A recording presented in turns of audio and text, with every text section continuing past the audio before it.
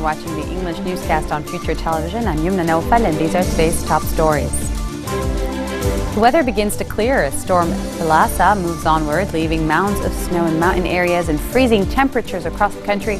Hotter temperatures expected later in the week. Double suicide bombing killed at least 22 people in the central Syrian city of Homs, according to state media, in an attack claimed by Daesh. And Iranian President Hassan Rouhani describes Iran as the safest and most stable country in the Middle East as he urges international investors to help modernize the country's sanctions-hit economy. Thank you for tuning in. You're watching the 1620 o'clock news here. We begin today with the weather. Well, it's beginning to clear as Storm Thalassa moves onward, leaving mounds of snow in mountain areas and freezing temperatures across the country. In North Lebanon, icy roads restricted the movement of residents in the Akkar district, isolating towns. The mayor of the town of Khartoum, Hussein Adroh, advised residents not to leave their homes except in cases of emergency. They are heating ice instead to get water, the mayor said. Officials in the village of Krum called on authorities to dispatch bulldozers to open the roads of the town to facilitate the movement of the residents who want to buy supplies and fuel. Schools were closed in North Lebanon's Dinia district for the second day in a row due to the formation of ice on roads and freezing temperatures. Temperatures will rise on Wednesday in Mount Lebanon, but coastal areas will see no change, while the risk of ice formation will remain at 700 meters above sea level at night. Prime Minister Tamam Salam met with a number of ministers to discuss developments at Beirut's airport after receiving reports from French and British aviation experts on ways to enhance security. Interior Minister Nouhad Machnou on January 13th said that France and the UK were considering boycotting the Rafiq Hariri International Airport due to safety concerns, saying that the airport was suffering from serious problems that should no longer be overlooked. Shortly after, Public Works and Transportation Minister Ghazi Zaidar said that the airport and passengers' well-being are a red line, vowing that works were underway until the requirements of the EU safety standards are completed. He dismissed Machnou's comments about the possibility of a UK and French boycott, deeming them an exaggeration. The meeting comes nearly 2 weeks after Machnou refuted rumors that were circulating in the media about an alleged attack that was being planned against an Air France jet from the airport. Machnou said the rumors aim to disrupt work at the facility and tarnish the country's image.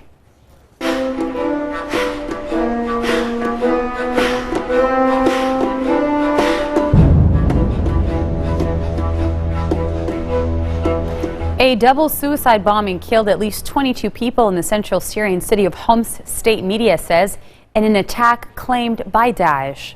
State television said another 100 people were wounded in the blasts in the Al-Zahra neighborhood of the city, which has been targeted in bomb attacks multiple times before.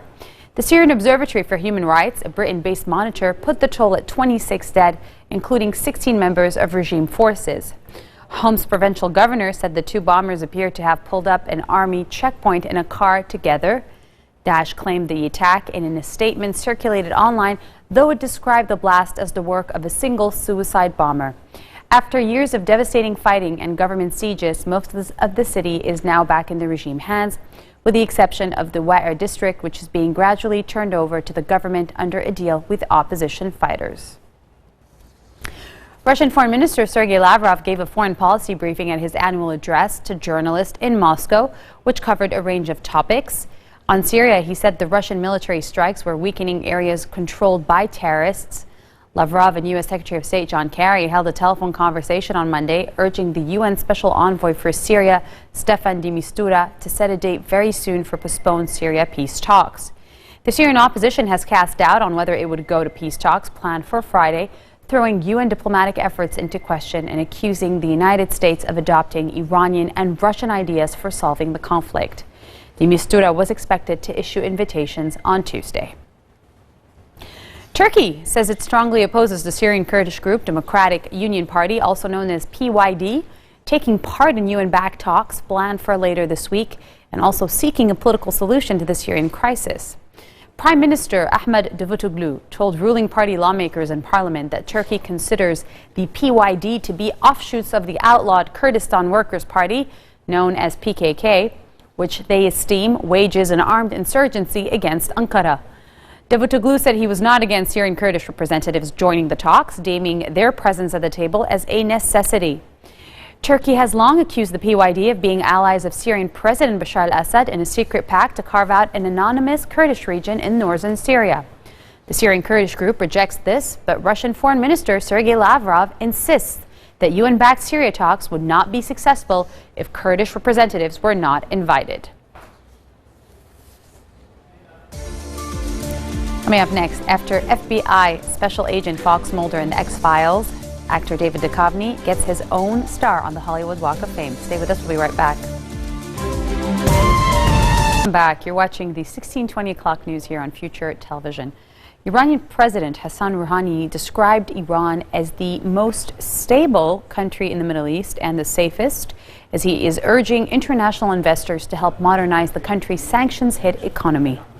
On the second day of a landmark visit to Europe, the Iranian leader also pitched the Islamic Republic's potential for companies seeking a base in a region of 300 million people and vowed that the government would never interfere in private business deals. This comes as Rouhani arrived at the Vatican for a meeting with the Pope. He announced that Italian Prime Minister Matteo Renzi will visit Iran in the coming months to boost economic ties. Italy unveiled some $18.4 billion of deals with Iran, and mega contracts are also in the offing in France, with EU countries anxious to cash in on the recent end of sanctions following last year's nuclear accord. Italian leaders have called on the Shia Muslim Iran to help the West defeat the Sunni Muslim extremist group Daesh, which controls swaths of Iraq as well as Syria. Republican presidential candidate Donald Trump is continuing to question Canadian-born Senator Ted Cruz's eligibility to run for U.S. president at a campaign event in Framingham, New Hampshire, where the issue of Viagra's fate was also raised by a member of the audience. The real estate mogul also criticized France's gun laws, saying they made it impossible for law-abiding citizens to defend themselves in instances like the attacks on Paris. So these animals walked in and they just shot 130 people. And somebody said to me, and many are injured so badly that they're going to die and they're going to lead, rough lives. Badly injured, but 130 people killed. And if we would have had guns on the other side of the aisle, if we would have had somebody like this guy, the Mr. Viagra over here, if we would have had guns, if he would have had a gun strapped to his ankle or his waist, and if you and a few of you would have had a few guns, it would have been a whole different story, folks. Would have been a whole different story. My new battle is with a gentleman named Ted Cruz, because you got to speak the truth. You got to speak the truth. The Canadian, the man from Canada. Thank you. That was very helpful. I don't know. That's so succinct. That was very good, actually. He screams out, the Canadian. Yeah, that's right, the Canadian. He could run right now for Prime Minister of Canada. He'd have no problem. My whole life has been about taking. See, I'm telling these young kids, I want to take. I'm greedy. I want to take. My whole life has been taking. And now what am I going to do? I'm going to take, and I'm going to be greedy for the United States of America. I'm going to take. So in 2003, 2004, Reuters, they wrote an article, Trump is totally opposed to the war. Now, a lot of people say temperament, temperament. I was going to say dummy Bush, but I refuse to say it. Bush, he said, I don't like his tone. Tone. They're cutting off people's heads all over the place, and he's worried about tone. They're cutting off Christians' heads in the Middle East. And we're worried about tone, but, they say, does he have the right temperament? I have a great temperament. I built this incredible company. Incredible. I have a great temperament. I have an unbelievable temperament. Pfizer, right. Pfizer's leaving the United States. Massive company, big. Okay, I won't say it. Shout that out once more. Go. See? I didn't say it. Do they make Viagra? Is it Pfizer? Oh, that's funny. This guy's a comedian. I didn't say it. I didn't say it. See, if I said that, it would be a headline tomorrow. Isn't that terrible? Isn't that terrible? February 9th. February 9th. Get out and vote. French riot police and firefighters intervened to clear a busy Paris ring road at rush hour after taxi drivers angry about competition from private car rides firms like Uber threw tires across the roadway and set them alight. Paris taxi drivers went on strike against mobile services such as mobile application Uber, saying their livelihoods are at risk because of what they consider unfair competition from drivers working for private cab ride services. After the morning clashes, which saw police using tear gas and arresting 20 people, taxi drivers gather near the Paris Ring Road at Port Maillot. It is not the first time French cabbies protest over Uber-like online services, but this time, Ibrahim Sila said there was no room for negotiation. At Orly Airport, taxi driver Andres Rest said the private car ride firms were an unfair competition for them as they use equipment paid for by licensed taxi drivers, such as special car park spaces in Paris.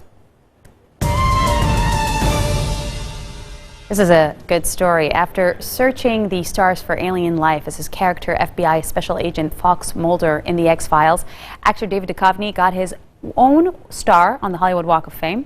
The actor, who has appeared in numerous television shows outside of The X-Files, including Twin Peaks, Californication, and Aquarius, turned out alongside X-Files producer Chris Carter and comedian Gary Shandling. Carter introduced Duchovny, saying he's known David for 25 years now, since he first walked into the casting office and basically won the part of Fox Mulder. The rest is history, and now here they are, presenting him his own star on the Hollywood Walk of Fame. The new 6-part series of The X-Files returned to television screens on January 24th on Fox Network, and I just want you to hear this.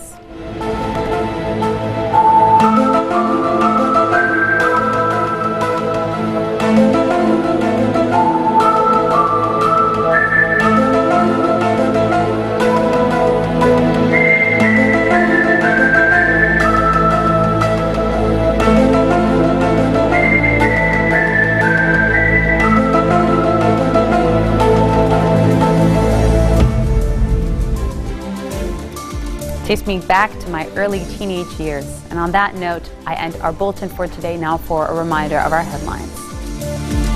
The weather begins to clear as storm Thalassa moves onward, leaving mounds of snow in mountain areas and freezing temperatures across the country.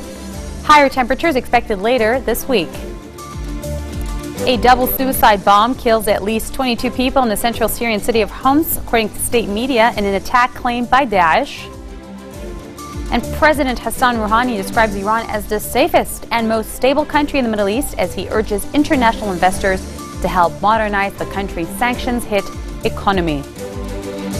Those are your Tuesday headlines live on Future Television. Catch us again tomorrow for all the latest. I'm Yumna Nofaz signing off. Good night.